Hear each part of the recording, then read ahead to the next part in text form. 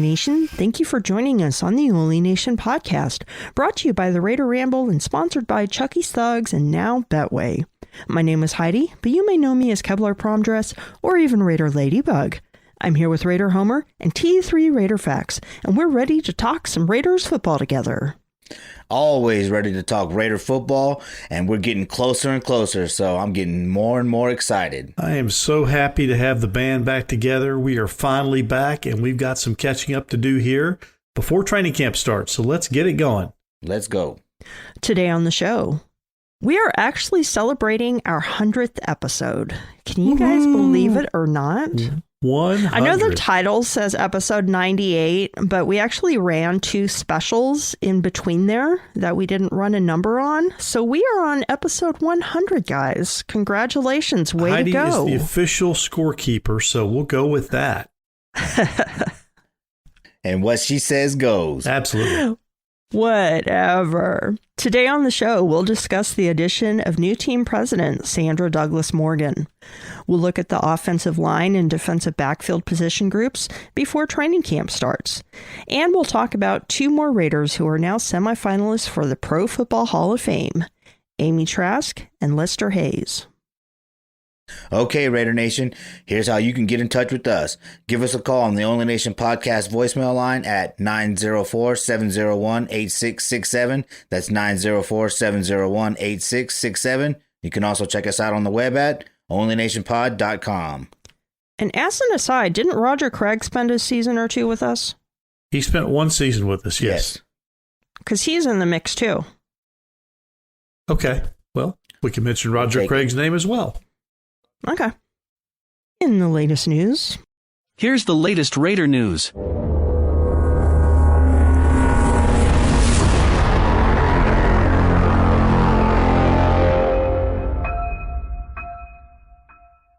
This past week, Sandra Douglas Morgan was named as the new team president by Raiders owner Mark Davis. A Las Vegas native, Morgan was most recently chairwoman of the Nevada Gaming Control Board, appointed to that role back in 2019.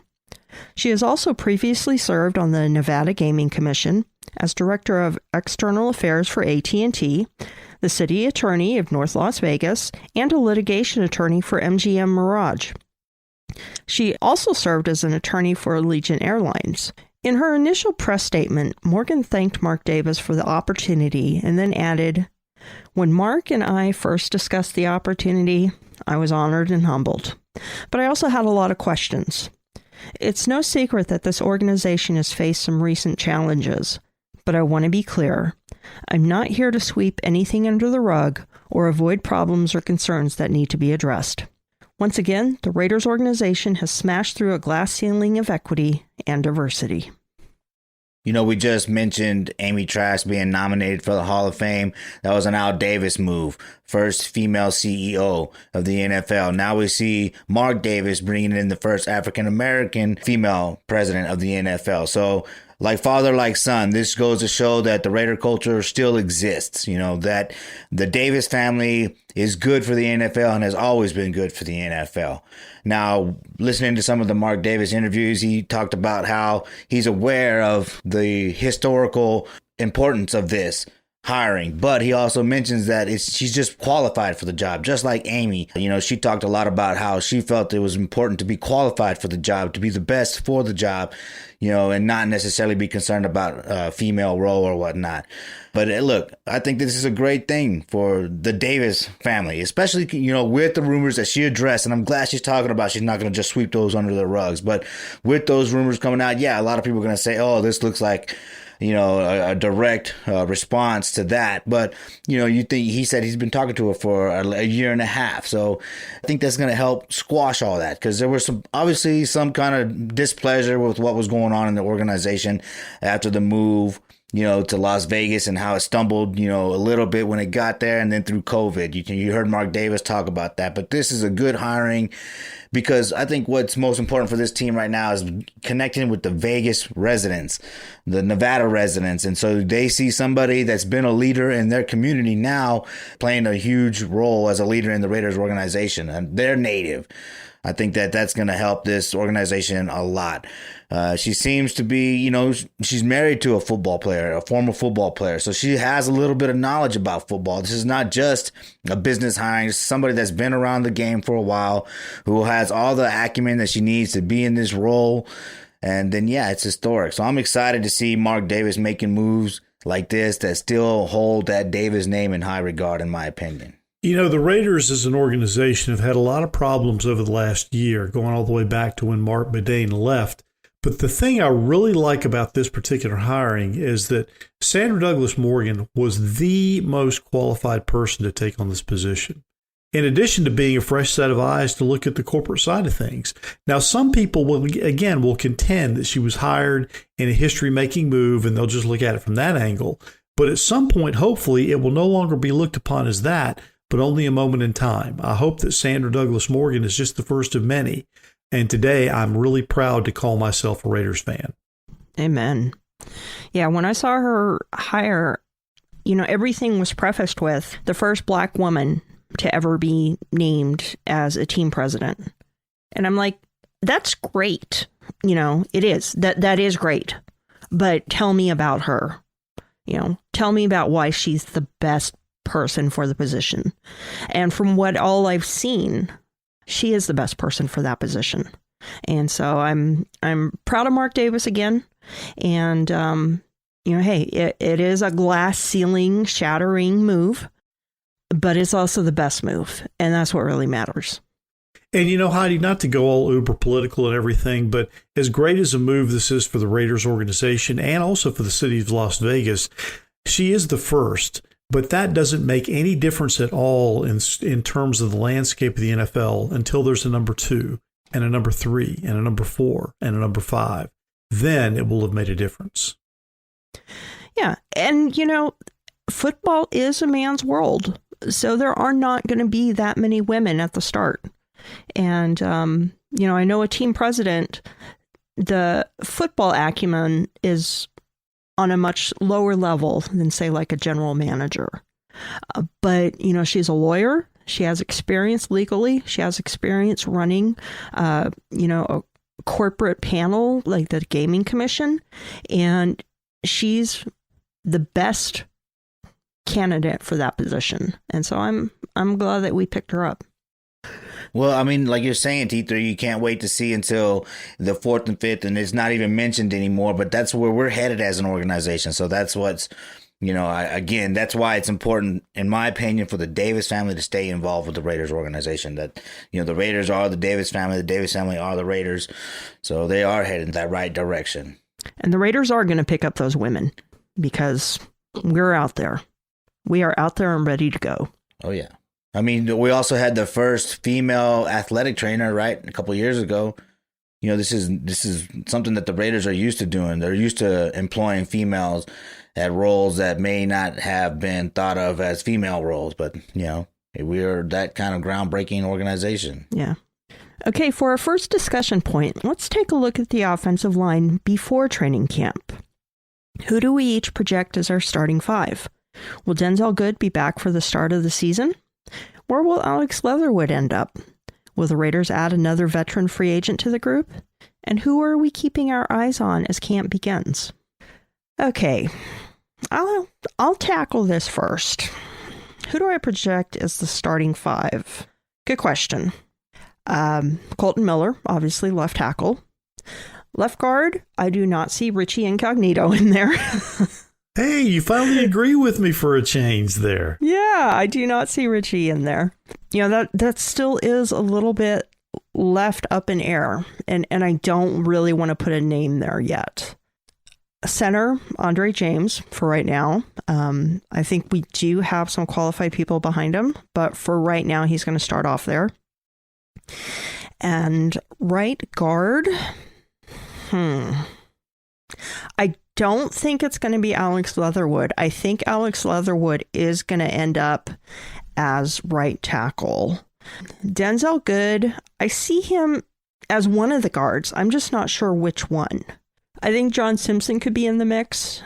I don't think he's really starter quality, but he definitely could be in the mix as far as backup goes. But I do see Denzel Good in a Raiders uniform at the start of the season, and I do see him as one of the starting guards.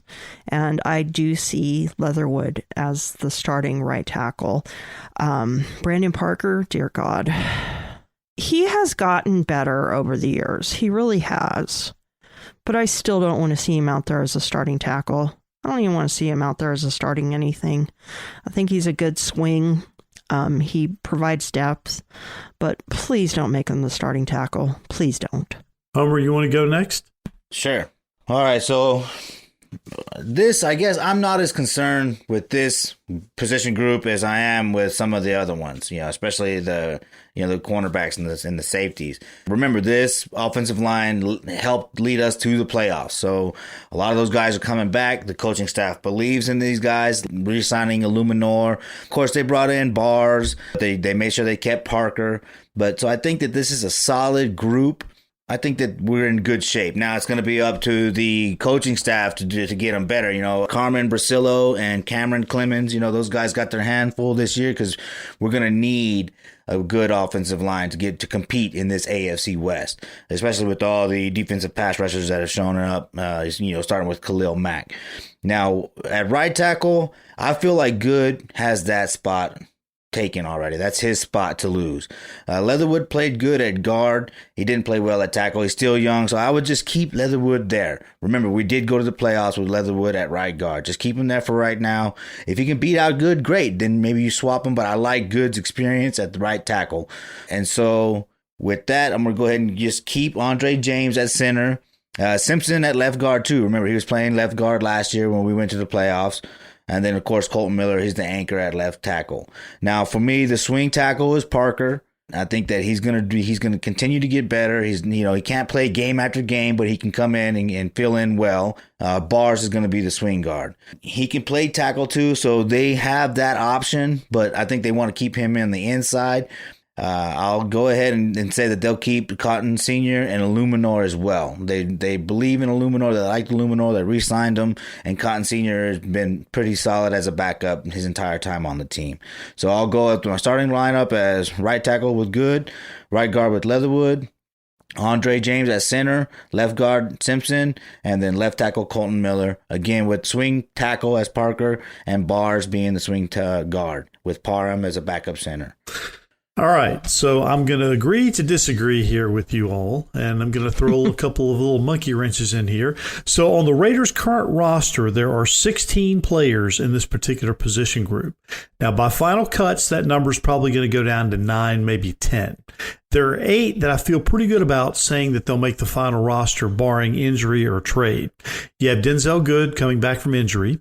You have Andre James, Colton Miller, Alex Leatherwood, Dylan Parham, the rookie, and then the 3 guys that Ziegler and McDaniels got signed during the offseason. That would be Brandon Parker, Jermaine Illuminor, and Alex Bars, the free agent coming over from Chicago.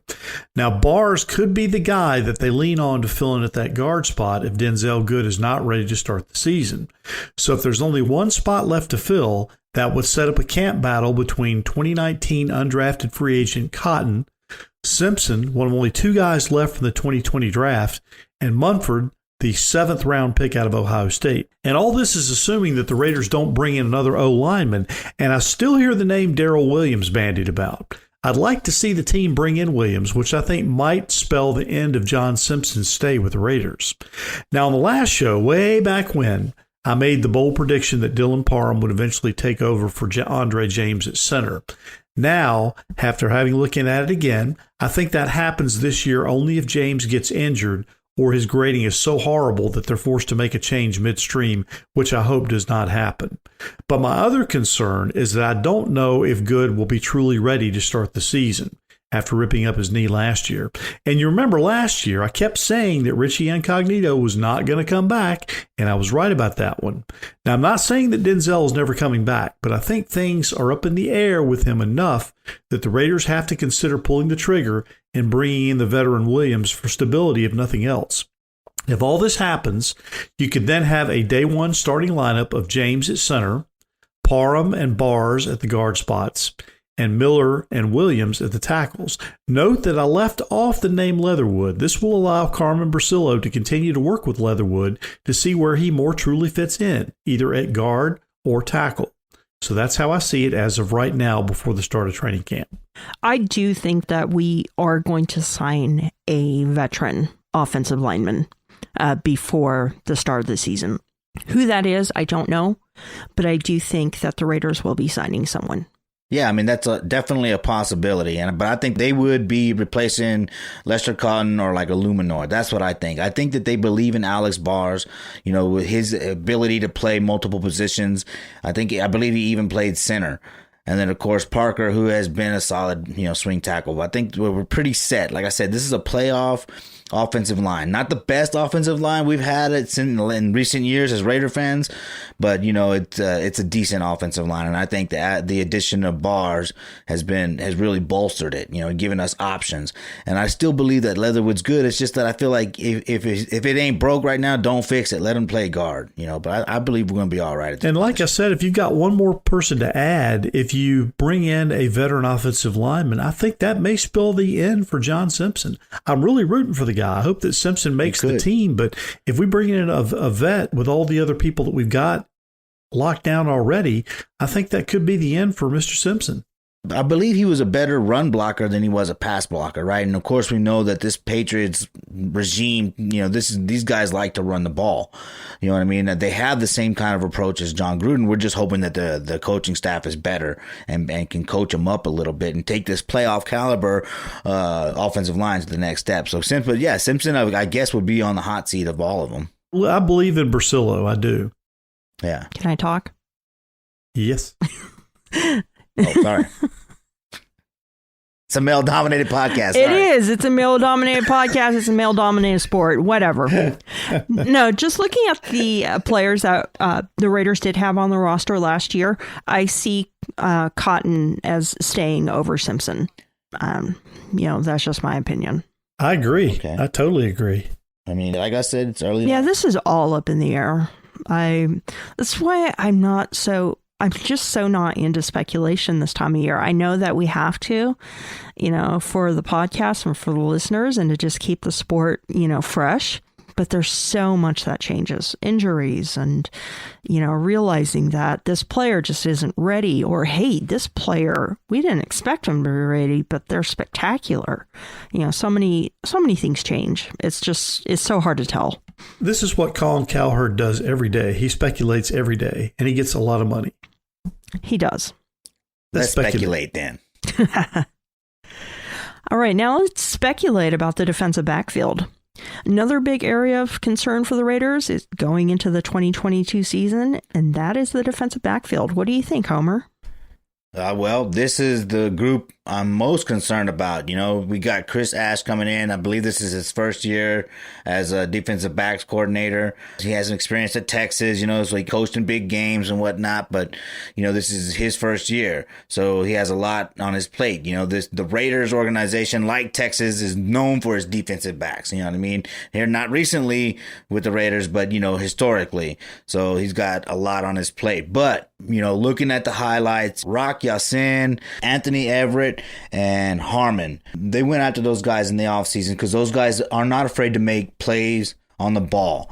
So this looks like they quietly built a good defensive back group with all the inexperience of Chris Ash. We'll see what happens. That's what I think is the glaring hole on the team, is this inexperienced defensive back coach coaching up this new defensive back group. But like I said, Teamer, you talked about him making special teams. He also can make some pretty solid players. So I'm confident that he can come in and help. Again, Harmon, he's playing that safety spot. He might be able to switch back and forth, between free safety and strong safety, depending on where we need him.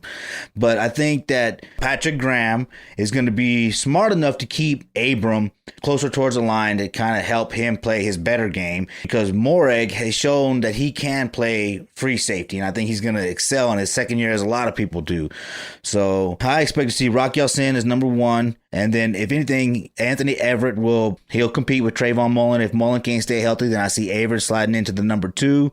But again, with Trayvon Mullen staying healthy, Anthony Everett gives us a lot of playmaking potential in the 4 wide receivers when we see those guys. When you're going to see Nate Hobbs and Anthony Everett, and Trayvon Mullen and Rock Ya-Sin. These guys do make plays on the ball, so there is some potential there. We'll just see what happens with Chris Ash and his ability to coach. But this is the weakest spot on the team.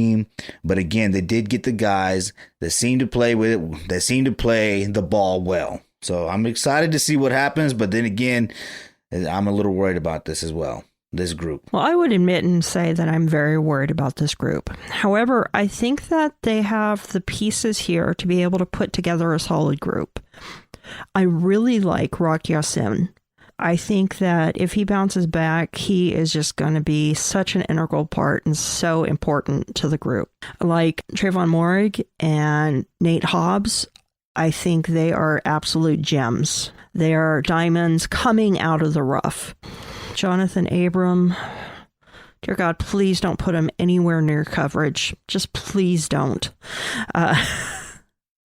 He's a hard hitter, and he's definitely kind of got that Raider mentality, but man, I see him on the field and I freak out.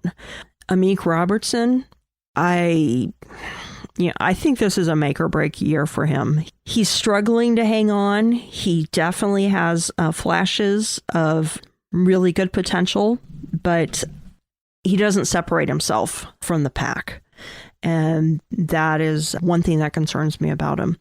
I do like Roderick Teamer. I think he's a really good special teams player, and he could be a big contributor in that area. But I think that the Raiders have brought in some good pieces that can make this position group solid. It's just a matter of them getting it together and putting them in the right spot. And I think the potential's there. I'm not as freaked out as I have been about them in the past, but I still am quite worried. And I think it's just a matter of them doing it. But I think it can be done. All right. Now, as we speak, there are 19 guys in that room. So it's a really, really crowded room in that defensive backfield. And that's eventually going to get pared down to, let's say, 12, which is what they rolled with last year. Now, I'm not even going to count Divine Diablo in that group because they have him listed as a linebacker. Now, only 7 guys returned from last year. And of those 7, I'm only comfortable saying that Moehrig, Mullen, and Hobbs are set. Teamer may make it back for special teams, but I don't know about Levitt or Robertson. And as much as I like Jonathan Abram coming in, his coverage skills make him a liability on that back end. Now, we don't know about the status of Mullen coming back from injury. But if Rock Ya-Sin can bounce back from his injury, and the team can rely on both Averett and Harmon while Gillespie continues to develop, the team may be okay. This position group may not have a lot of Pro Bowlers on it, but if the guys up front can get pressure, then Ya-Sin, Harmon, Hobbs, Moehrig, Averett, and hopefully Mullen can hold it down and be able to get some picks this year. So what I'm saying in the end is this is not going to be a Pro Bowl-laden position group. But if the guys up front, the guys putting pressure on the quarterback can get there, they can get home, and they can force the issue early, you're going to have some of those guys getting some benefits by picking off some passes and maybe getting some big plays. And that's what the Raiders really were missing last year, is those big plays and those turnovers. And I think that this position group can benefit from all the great things that are going to happen with the pass rush this year. And I think that's the angle they took when they looked for defensive backs, is guys that were going to make plays on the ball. And I believe that they got the guys they need. And then, of course, they got some rookies, too, that they can develop. But they went and got the veteran Harmon. They traded for Ya-Sin. Anthony Averett was pretty good. So I believe that they got guys that can make plays on the ball that we need to, change the game. It's a bright area. It's scary, but it's bright. And now it's time for another top 3 from T3.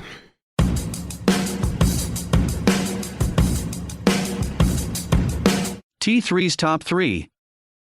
All right, here is this week's T3's top 3. Number 1, Roger Goodell simply needs to go. He continues to stand by the NFL's research and investigation of the horrible workplace that has existed within the team in Washington. I'm just going to keep referring to them as the Washington football team. Sorry, Heidi. And now the Cleveland Browns believe that Deshaun Watson won't even have to miss the 10 games that he is allegedly slated to miss, although the NFL has slightly nudged him and encouraged him to sit out the year. Goodell has mishandled everything, and no one except John Gruden is getting any kind of negative consequences. While Goodell continues to turn a blind eye and simply pocket $50 million a year, he refuses to take any concrete action and have Daniel Snyder removed as owner or put Watson on the shelf for at least a year. I hope there are enough true football fans in Congress to see how much damage this man has done and pressure the owners to do the right thing and give Goodell a permanent vacation from his job as NFL commissioner. Number 2, in his first season as the sole offensive line coach with the Patriots last year, Carmen Bracillo's group only allowed 28 sacks, which was third best in the NFL. Now, New England did have more talent on the offensive line than the Raiders have right now, but they do have an elite tackle in Colton Miller, an emerging center in Andre James, and if he can continue to work with and develop Alex Leatherwood, this could really turn out to be a solid position group in 2022. And number 3, there has never been a woman in the Pro Football Hall of Fame. Now it's time. Amy Trask, former Raiders CEO and longtime member of the Raider Nation, is now a semifinalist. It would be huge for Amy to get this honor and distinction, and will be just another first for the Raiders organization as they continue to commit to excellence.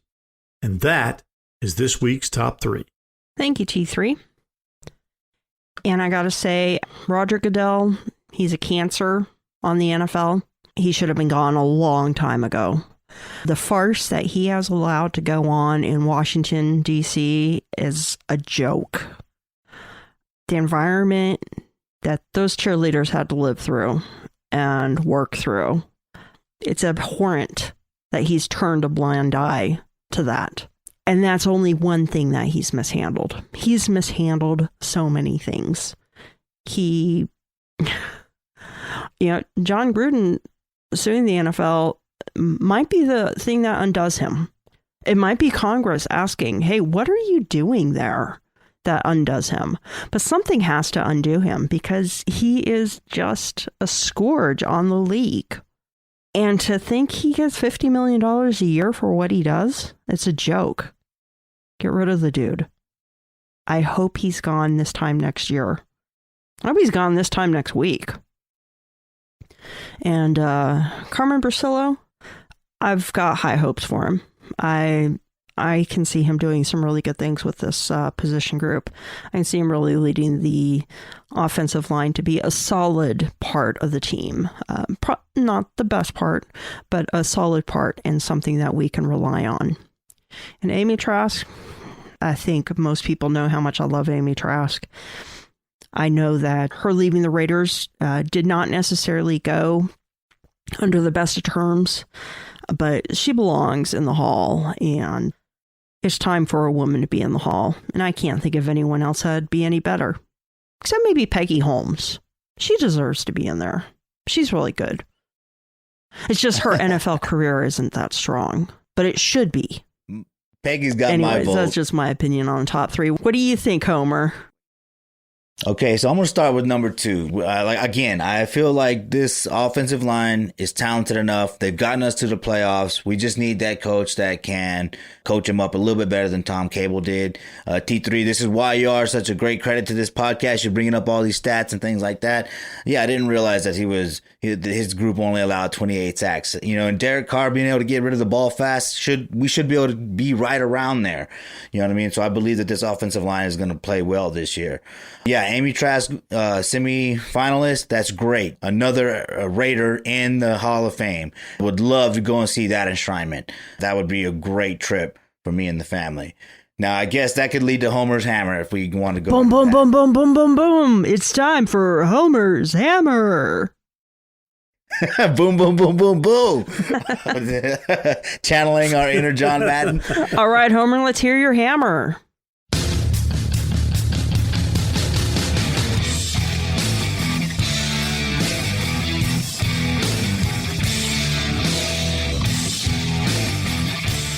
Homer's Hammer.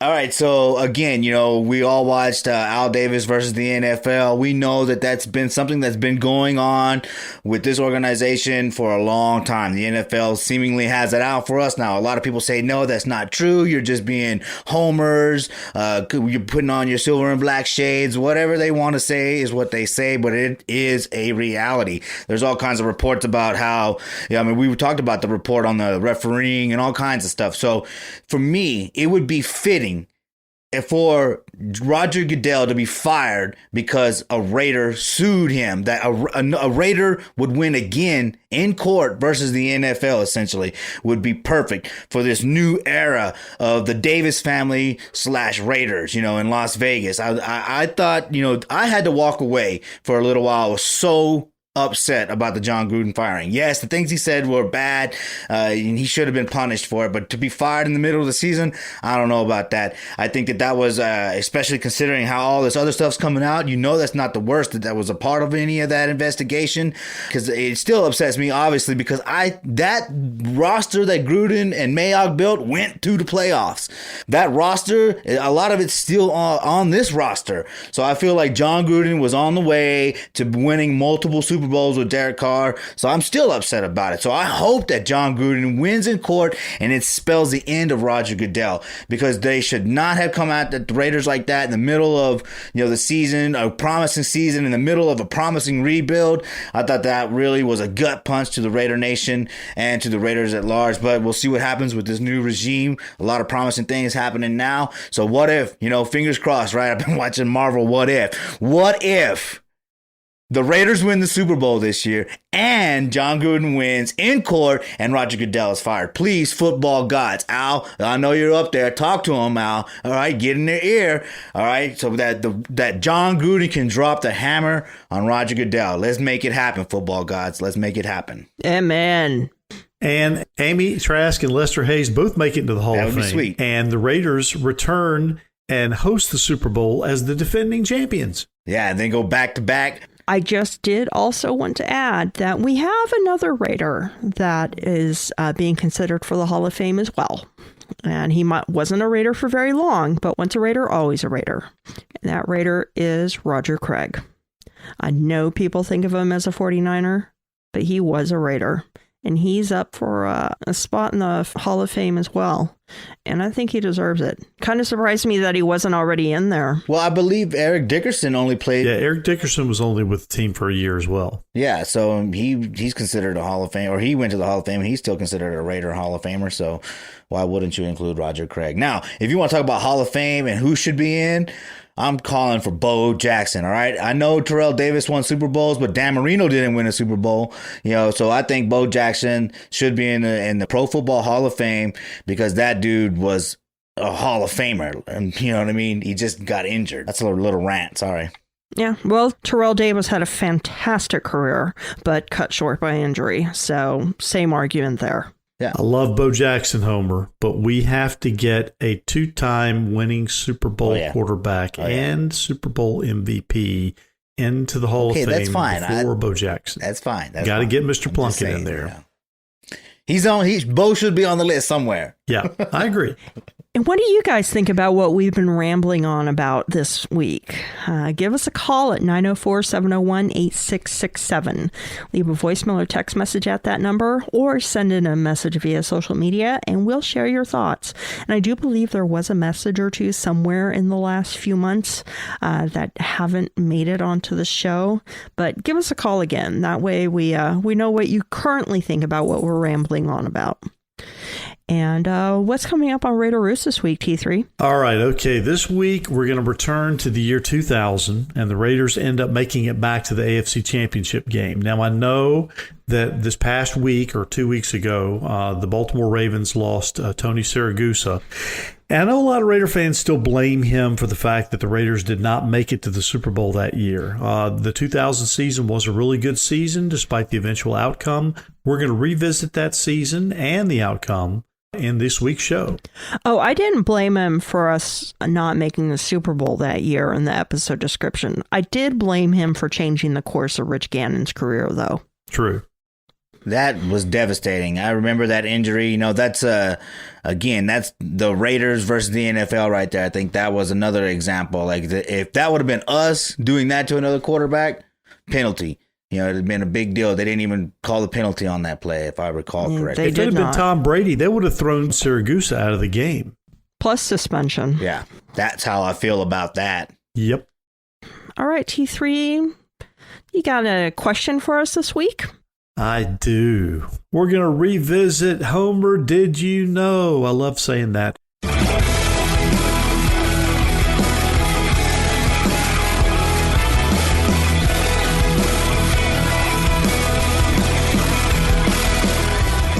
Hey Homer, did you know? It's time for another edition of Homer, Did You Know? In this segment, I will ask Heidi and Homer, and our entire listening audience, a Raiders-related question with 3 multiple-choice answers to choose from, so just give it your best guess. Here is this week's question. Where did the Raiders play their first international game outside the United States? Was it A, in London, B, Mexico City, or C, Tokyo? And I provided a hint in the little notes there, and I put the year 1990. So, Homer, I'm going to let you guess first. What do you think? Well, I think this one is going to be C, because I mean, London and Mexico, that was recently, and the hint kind of gave it away. If I remember correctly, they did go overseas a long time ago and played a game, but I think so. I'm going to go with Tokyo. All right, Heidi, what's your guess? I know it's either Mexico City or Tokyo, but they did have a game a long time ago that was in some random spot. I'm not sure if I knew it was their first game, but I do believe it was C, Tokyo. And the correct answer is A, London.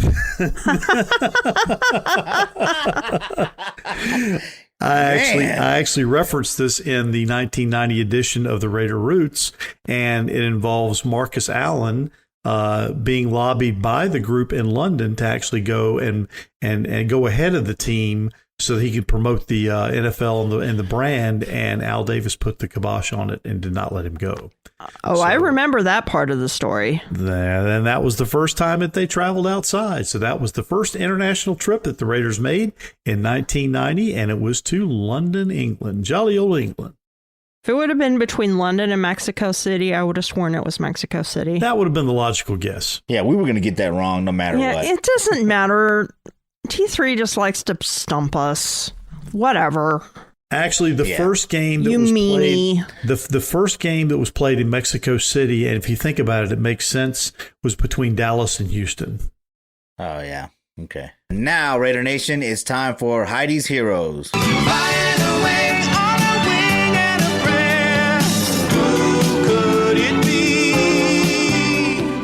Thank you, Homer. I've got quite a story. And this story is written by Lindsay Bever of the Washington Post. Not my favorite place of getting news, but hey, this one's worth it.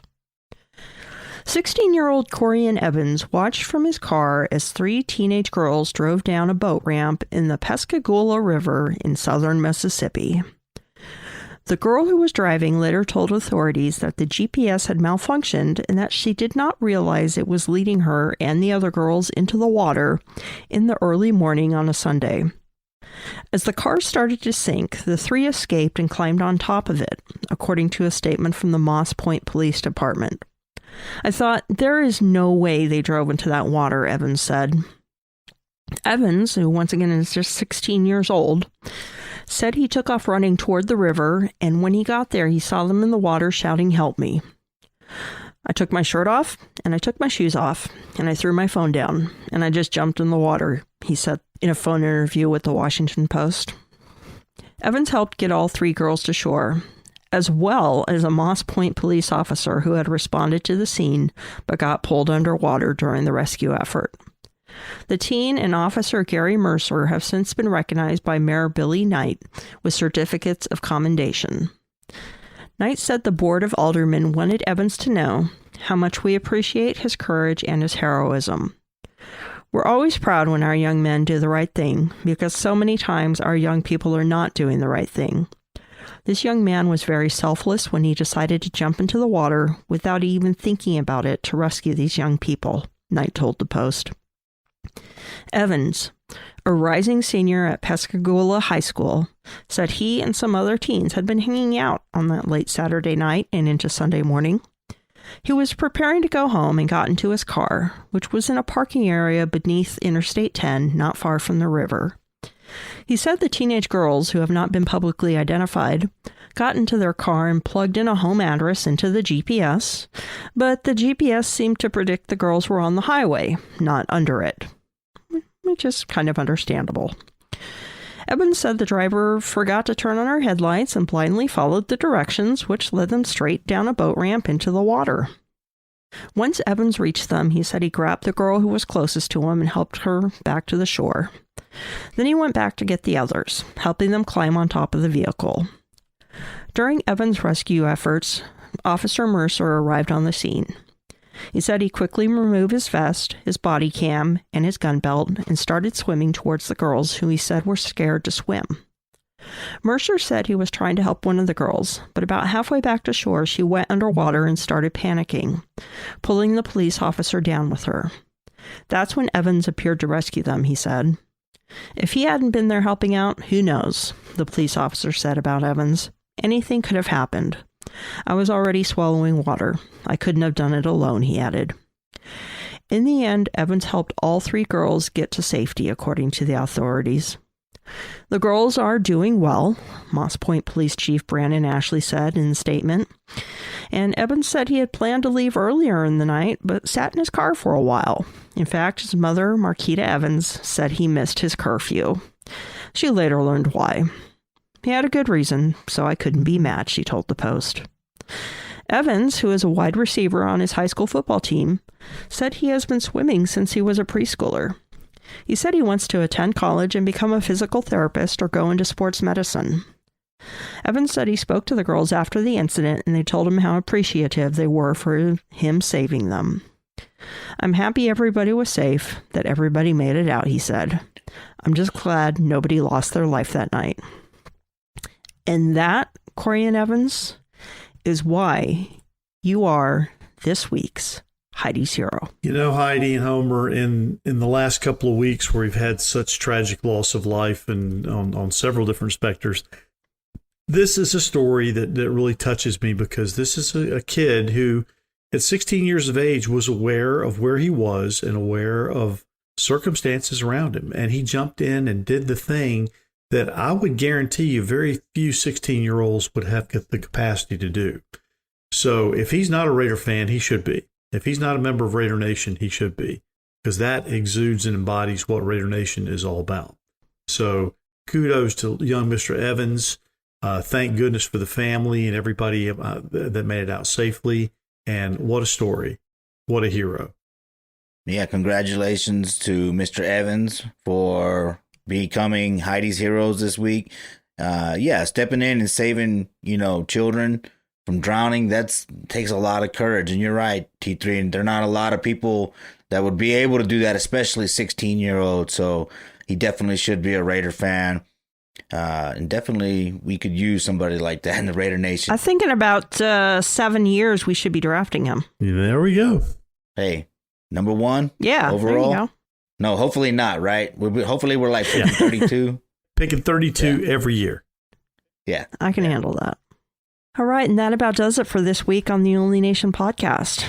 If you'd like to help support the show, you can send in a donation at paypal.me/onlynationpod.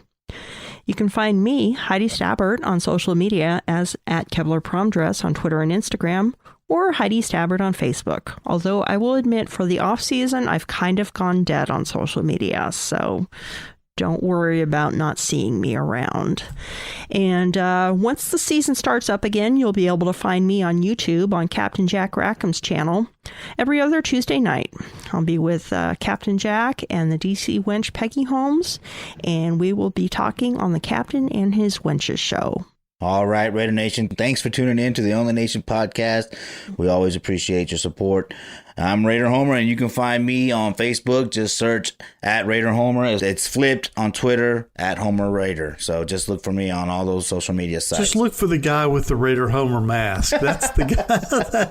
If you find him, you find him.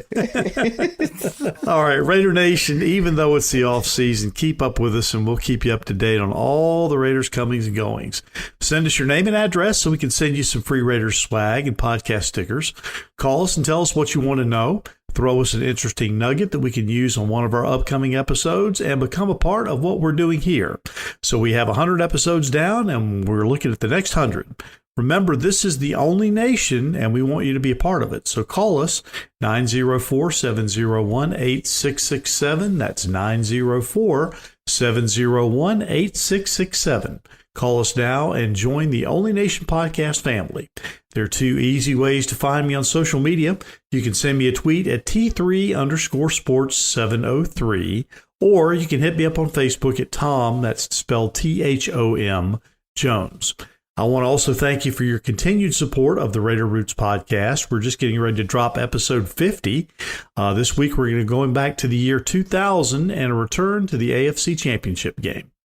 As always, we look forward to hearing from you. Until next time, everyone, go Raiders. Go Raiders. We are not just a nation. We are the only nation. Raiders.